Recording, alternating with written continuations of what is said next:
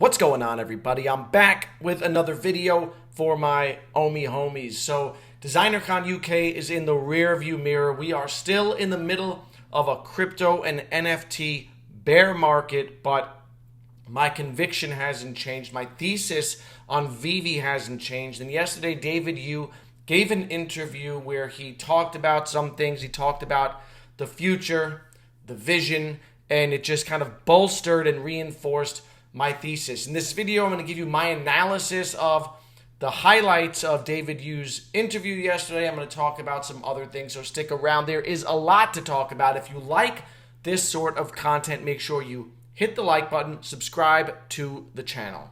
So we know that times have been tough. Our vault values are down. The Omi token hasn't had any major catalyst really this whole calendar year, and the bear market is doing what the bear market does. It's shaking people out of the market.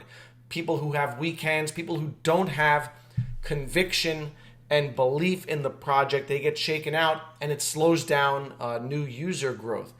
But make no mistake, during the bull market, we said that 99% of projects would go to zero. The ones that make it will be the ones with strong community, the ones that offer some form of utility. And I think we're seeing all of that play out.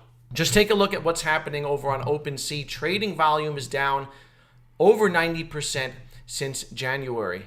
The NFT marketplace recently logged a daily volume figure that was down by 99% from its all-time high. Meanwhile, if you take a look at what's going on over on Veve, gem purchases have definitely slowed down from their highs in January and February, but you're still seeing daily activity of over, a $250,000 in gem purchases.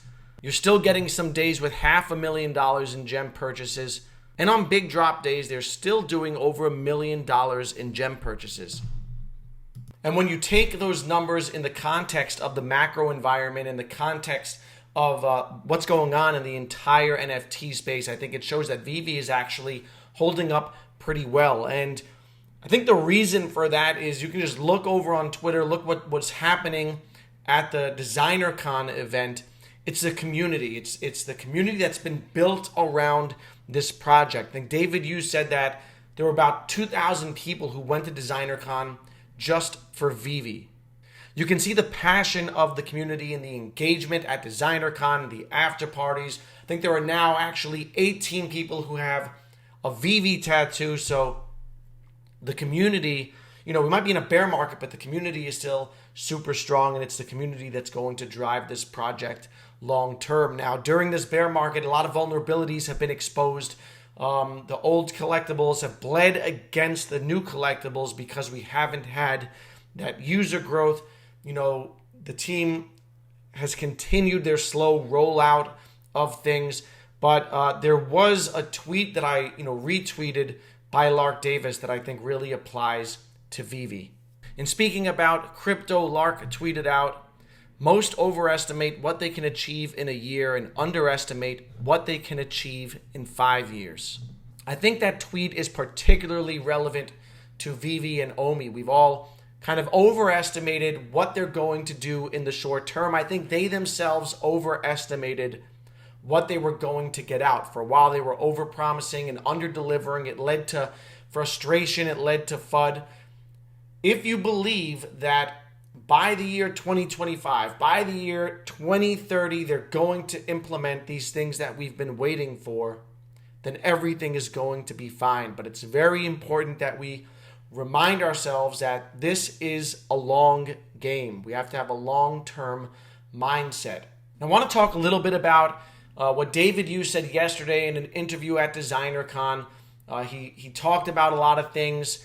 Not everything he said was groundbreaking, right? We already knew about a lot of the things that he talked about, but it was good to hear him reiterate it because it reminds us that these things are coming. They will get done, because we tend to question, or some people tend to question, whether or not these things will ever happen because they're not spoken about every day, and we don't see the tangible evidence of it. In regards to interoperability, David said that they are working on it.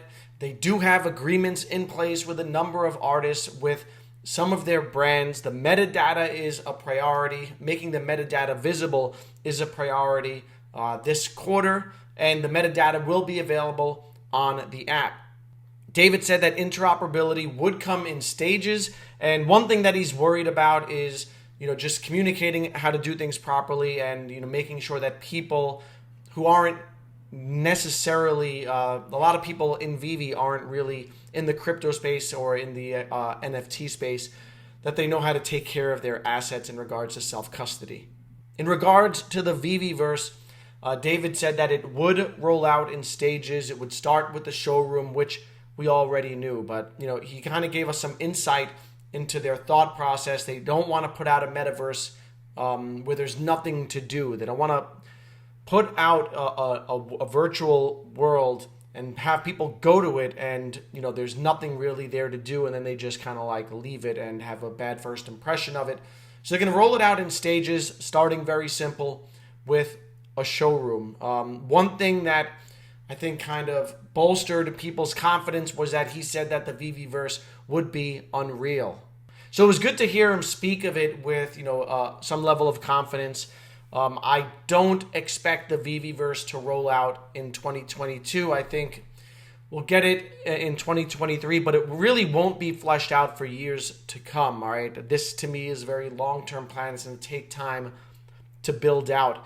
But another thing that's going to take time to build out, but when it comes is going to be massive, I think, for Veve, is the AR, VR integration. Mixed reality technology is just now starting to roll out, and I think it's really going to be accelerated fast in 2023 when Apple releases their first AR glasses, which are going to be quite expensive, but it's going to help accelerate the whole technology, and Veve is perfectly positioned to take advantage of the technology because their collectibles work in augmented reality, and this has been part of their long-term game plan. It's just that the tech hasn't been ready yet, but the tech is going to be there soon, and Veve is going to be perfectly positioned to take advantage of it. So we talk about the Veve community being strong, but the utility aspect of Veve Nft'S, being able to interact with them in augmented reality, is something that separates this project apart from every other project, even the other ones that have licensed licensed NFTs like Recur. They don't have these digital statues that you can interact with in mixed reality. Then David talked about something new that's coming to Veve, and that's prototypes. And prototypes are going to be collectibles that are numbered like 1 of 10. And the great thing about this is that they're not going to be for sale. People are going to be able to trade in their collectibles for a prototype. So for instance, if you had 40 or 50, whatever it is, common comics, you can trade it in for a 1 of 10 prototype, and those comics would get burnt. All right, and that will help with the marketplace for some of these, the secondary market for some of these collectibles that are going below retail.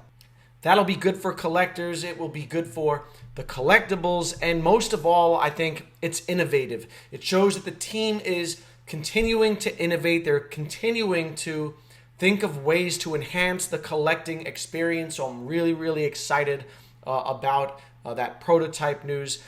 In talking about the 1 of 1s, and how, Dr. Profit, shout out Dr. Profit, he's gotten like pretty much all the 1 of 1s so far, I think.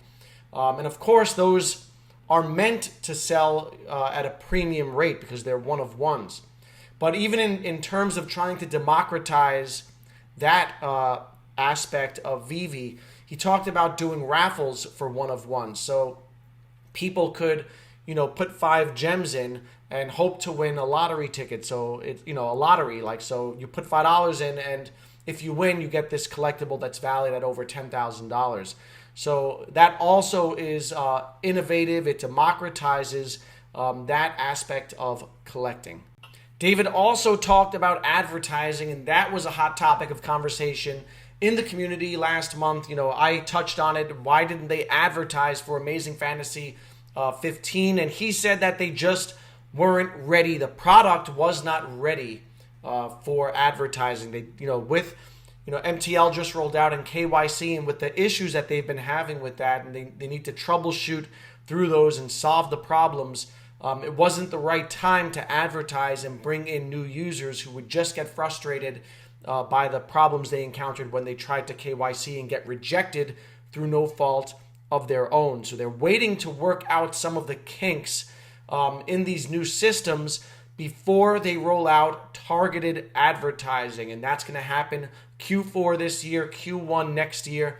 So it's going to be targeted in that. So for instance, they will target the physical comic collectors and advertise digital comics to them. They will target Star Wars fans for Star Wars drops and things like this. It'll be a targeted approach, which I think is a smart approach. Now this month we're going to get the first ever Star Wars vehicles in Veve. They're going to release a Star Trek ship, and in the near future there are going to be some new brands and partnerships announced. That's always exciting. What's also exciting is a new vertical that we've already heard about, right? Music. We knew that at some point music would be integrated. He talked a little bit about that, mentioned album covers, which would be totally awesome. Also mentioned, theme songs that would work in tandem with your NFTs. So if you got the Back to the Future theme song, you could play it while your DeLorean is driving, and that is pretty cool. It's pretty sick. And again, it's something that we already knew, we already heard about it, but it's good to hear about it again. It's a reminder of where we are going, and we really need to think long term when we're thinking about these things. And David himself said something that many of us say that's kind of become a cliche, all right, and that is we are very early. All right, it's important to remember that. It's important to think in terms of stages and phases. Look at where will we be in 2025? Where will this company be in the year 2030? Because the pieces are in place, the licenses are in place, but more importantly, the community is in place, and this whole space, this NFT space, even the crypto space, is community driven. And Veve's strongest asset is all of you, it's all of us, it's the community. And David even mentioned possibly one day having their own con event, VeveCon. And that is the power of community and the true strength of this company. So let me know what you're thinking down in the comments below. What is your long-term vision for this company? As always, like and subscribe to the channel on your way out. Follow me on Twitter. My Twitter handle is linked down below. Hope you all have a great week. Stay happy, stay healthy, and stay safe. I will see you in the next video.